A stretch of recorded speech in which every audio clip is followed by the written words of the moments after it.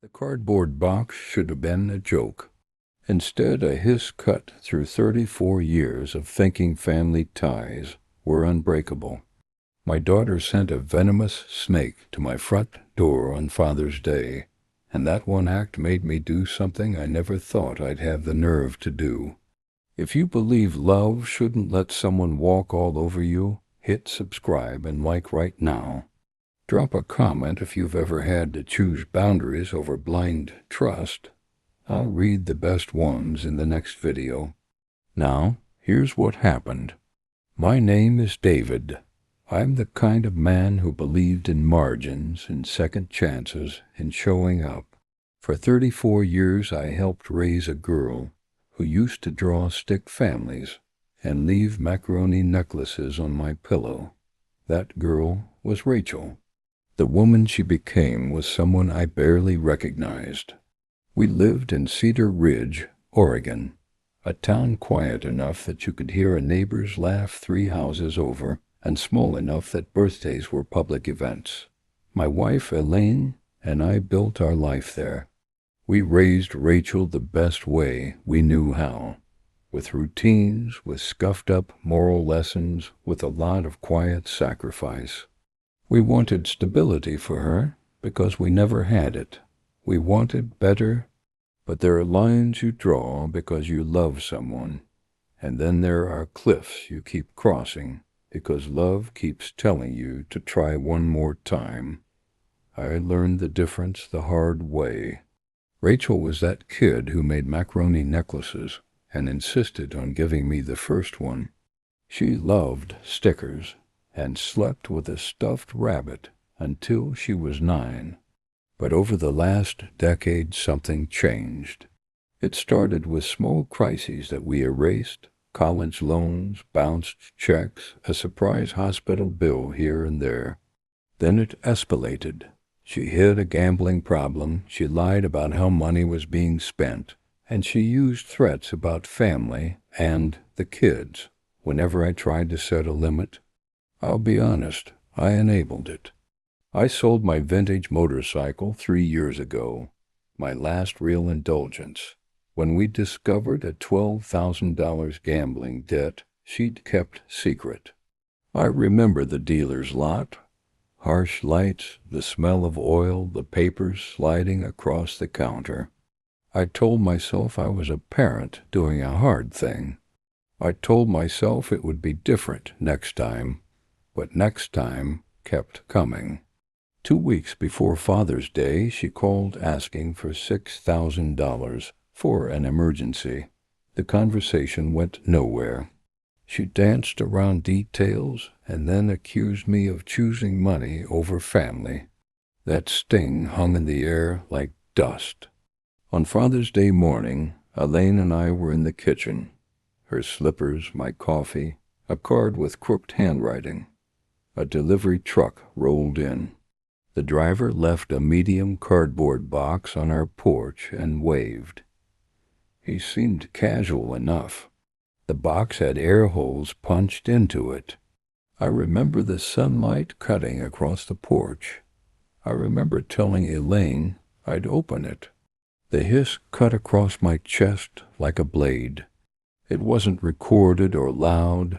It was the wet, anxious breath of a living thing trapped and scared. When I lifted the flaps, a copperhead coiled inside, tongue flicking. Copperheads are venomous. I felt the color drain out of my face. Elaine let out a scream that made the neighbors look up. We flagged the driver down. He gave us a tracking slip and said, awkwardly, he'd just dropped a package. Elaine called Animal Control. Officer Dalton from the sheriff's office arrived within half an hour with a wildlife specialist. The specialist confirmed what I already feared. This was a venomous snake, and one bite could have put me in the hospital, or worse. That's when everything shifted from shock to suspicion. The tracking slip matched a charge on one of our joint cards. A $214 purchase from a vendor listed as Exotic Reptiles Northwest. The time-stamp matched the delivery window. Our front porch security camera, something we had installed after a break-in years earlier, captured the license plate of the delivery truck and the driver leaving the box. The footage showed the package being left on our step and the driver walking away. It was a small, ugly film strip of evidence. In the background there was another clue. The vendor's paperwork listed the snake as a non-venomous morph, but the specialist's report and Officer Dalton's notes identified it as a copperhead. Whoever sent it either lied on shipping paperwork, which vendors sometimes do to dodge regulations, or deliberately misled the carrier. Either way, it was not an accident. We called the sheriff's office to file a report that afternoon. Officer Dalton took my statement, the security footage, the tracking number, and the vendor charge. He called it potential criminal intimidation. I remember him saying, "This is beyond a prank, Mr. Harper." His voice had the careful, professional tone of someone who's seen a lot of things that start with anger and sometimes end badly. When Rachel called later that evening, her voice was syrupy at first. "Dad, I noticed some of the accounts aren't working. Is there an issue?" I didn't spoon-feed her the panic. I told her straight, "The issue is you sent me a live snake this morning." A beat of silence, then laughter, sharp, ugly. "Oh, come on, Dad. You think I'd actually do that? You're being paranoid." I told her about the bank charge and the tracking evidence. For a second, I heard the calculation across the line. Behind her, I heard Kyle, her husband, laugh and say something like, "Old man finally grew a spine." In that moment, the person who used to ask for bedtime stories sounded like someone trying on threats as a suit.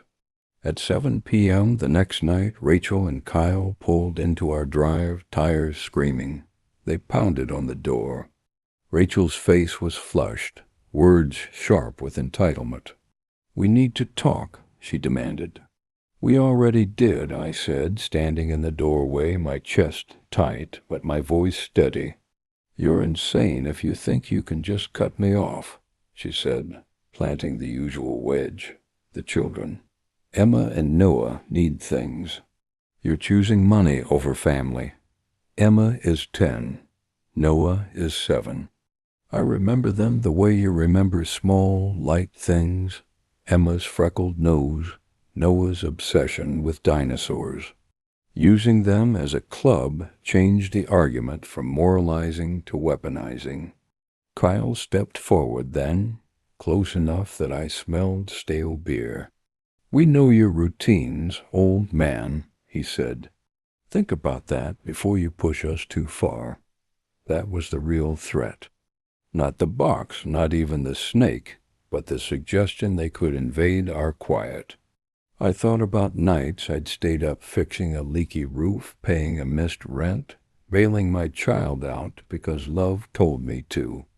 I thought about the rusted papers proving I'd sold the motorcycle to clear a debt. This time something in me snapped differently. I said, quietly, "If you are going to use your children as weapons to get money, maybe they are better protected without you having access to our funds." They tried the same old scripts. Kyle tried to threaten. Rachel slid into theatrical victimhood. They left that night with tires screaming away, the threat echoing behind them. We spoke at the kitchen table until late. Elaine wanted to hope. She's the heart of us. Mercy is her reflex. I'm not immune to that impulse. But I also keep a ledger in my head. Not a financial ledger, but a ledger of harm and patterns. The snake was an escalation. The $6,000 demand 2 weeks earlier was not new. The repeated unauthorized withdrawals on our joint accounts were not new. For years, my attempts at gentle limits were met with manipulation and guilt trips. This time, after that hiss, I felt path-clear clarity. I could either keep bailing them out and be the bank that enabled escalation, or I could impose consequences that mattered. I called Margaret Walsh, our estate attorney. Margaret has been our lawyer for a long time. She knows the Harper family history, and she speaks in the blunt kindness of someone who's done too many uncomfortable good things. I told her everything. She listened, then told me the truth. David, this is criminal intimidation. We need to protect you and Elaine immediately. Margaret walked me through several practical steps. First, freeze and revoke all card and online access Rachel and Kyle had. That prevented any more siphoning. Second, create a narrowly defined education trust for Emma and Noah, administered by an independent trustee, in this case a local community bank's trust department, that would only release funds for school expenses, tutoring, and documented educational needs. Third, prepare and file for a temporary restraining order, and make sure the sheriff's office had the packet of evidence, camera footage, bank charges, the animal control specialist's report, to support the harassment claim. It was deliberate. We were not cutting Rachel off out of spite. We were removing the infrastructure she'd been using to weaponize family. I signed the documents in Margaret's office. The pen felt heavy, like a pivot point. The sheriff's deputies served the restraining order within days. Rachel and Kyle tried to spin it. "You've ruined us," Rachel said, voice full of performance. But the paperwork is a blunt instrument. It said, "No contact, no threats, no coming within a set distance of our property." It also served as legal proof for the bank and the trustee that we had legitimate cause to redirect assets into a protected vehicle for the children. I won't pretend the moment felt like triumph. When Margaret slid the rewritten will across the table and the name that once sat there, Rachel's, was removed, grief came like a wave.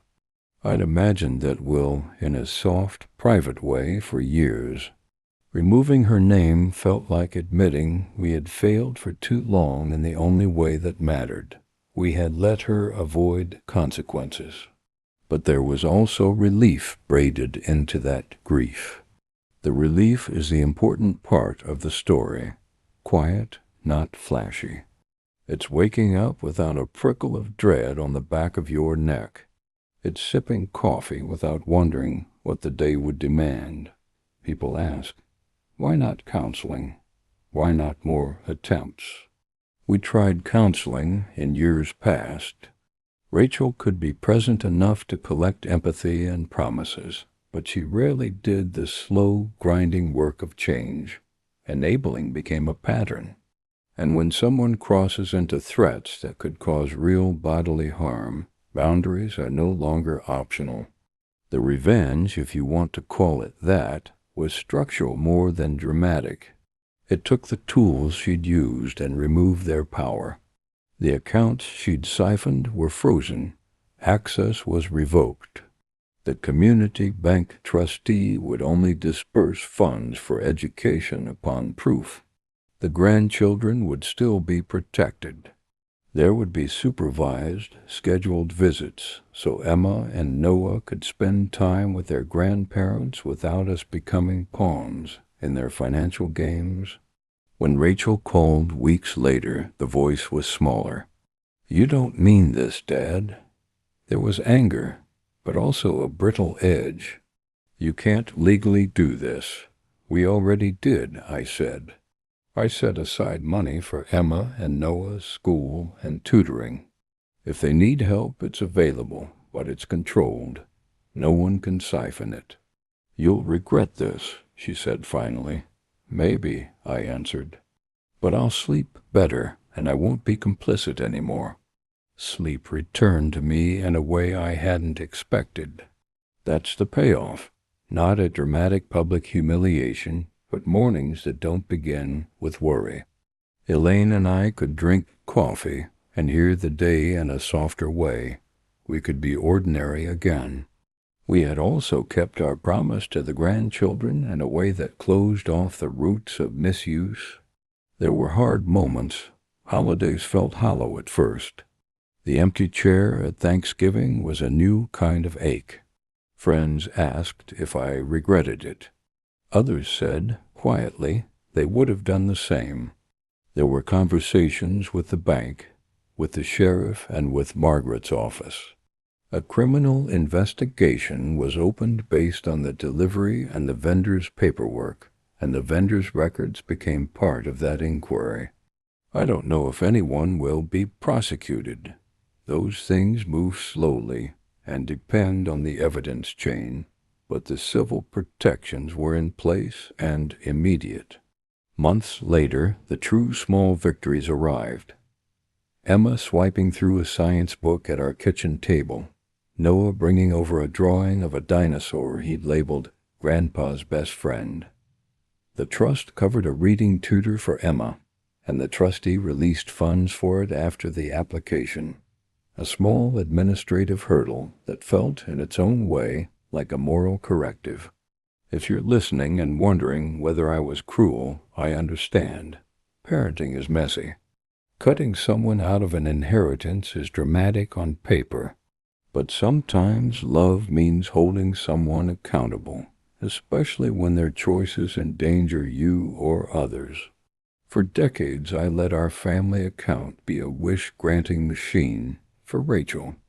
She used it and then escalated to threats. I refused to be the mechanism that allowed escalation to continue. If revenge is a word you want to use it for the satisfaction of justice, not to savor someone's misery, but to restore safety and boundaries. For me, the taste of that justice is simple. Morning coffee not shadowed by fear, a quieter porch, the sound of Elaine's laugh that doesn't feel forced. It's the knowledge that Emma and Noah have a small, protected future, books, a tutor, a chance to learn, that is not up for grabs in a moment of their mother's anger. So that's the story. A delivery truck, a hiss, a paper trail, and a choice to stop being a bank for someone who weaponized family. If you've ever had to choose boundaries over enabling, put it in the comments.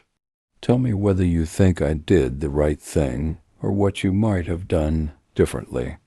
If this story resonated with you, hit like and subscribe. Share your experience in the comments. I'll read some of the most powerful ones in the next video. And if you know someone who might need to hear this, share this story with them. Because at the end of the day, a boundary isn't a wall against love. It's often the doorway to peace.